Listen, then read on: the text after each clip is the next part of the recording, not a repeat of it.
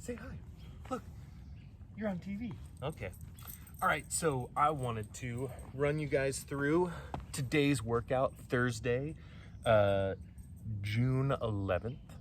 And also, we're gonna talk about Friday's June 12th workout. I'm gonna get it to you because it's just been really crazy. So I wanna make sure you all have my ideas on today and tomorrow's workout so you feel well prepared to take them on. So both are very different, but are gonna tax us in similar ways, kind of, probably in how you're gonna wanna warm up, because today's workout is 2 rounds of 30 deadlifts and 30 V-ups. So a lot of it is about core and hip extension, opening and closing of your hips, right? But your legs are definitely gonna feel the work, so we wanna be smart about it. And after you do some pulling and core work today, then tomorrow we have an 18-minute AMRAP of wall balls and dumbbell box step overs with an interrupting burpee. So I'll explain to you what that is.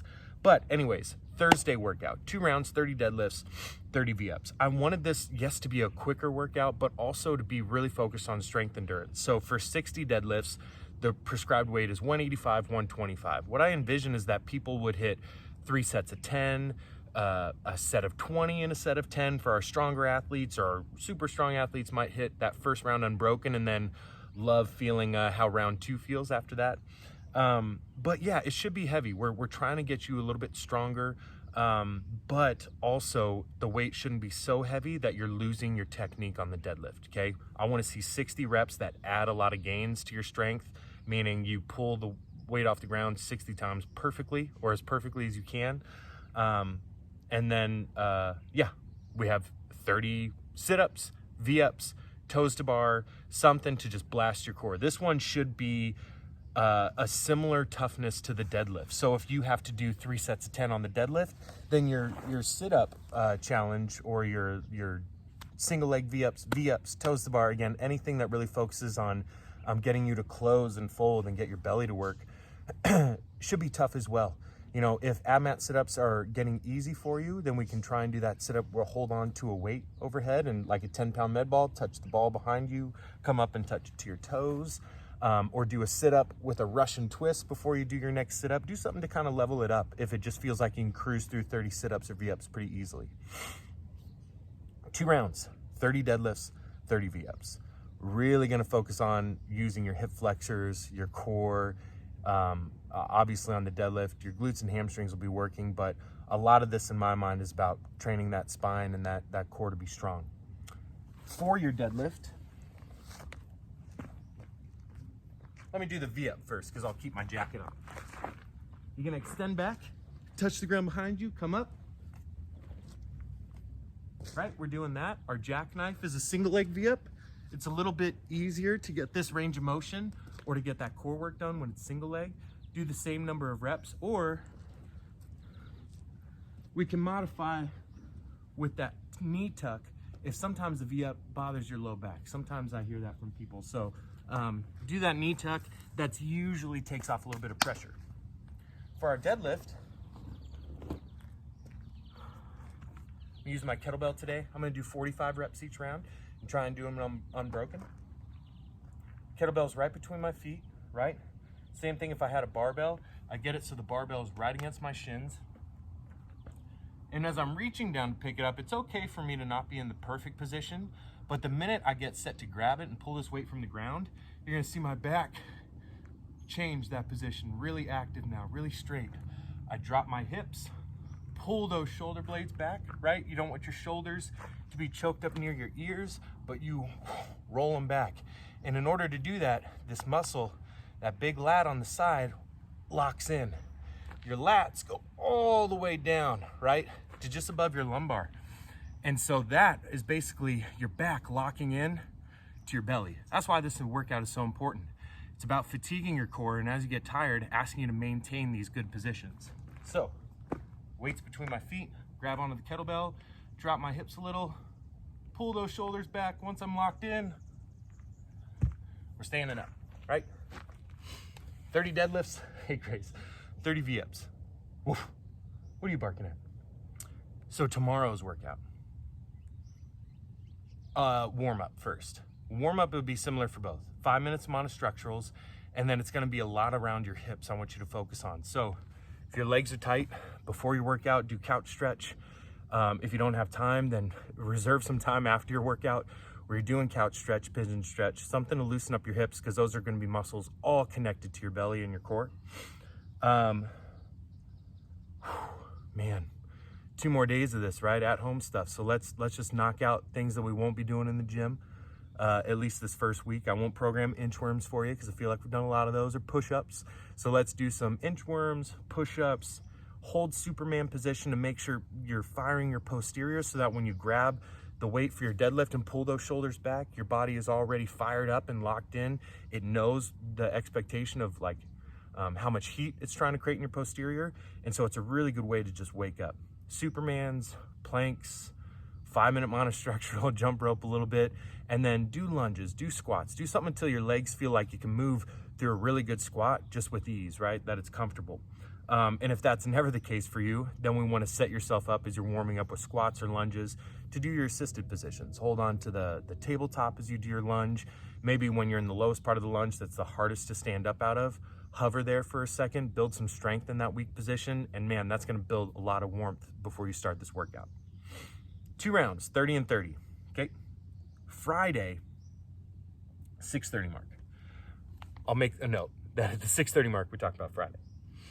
Friday, hi Grace, see that dog back there? She just snuck in. She likes to be standoffish. Grace, come here. You wanna come say hi? It's like she knows she's on camera.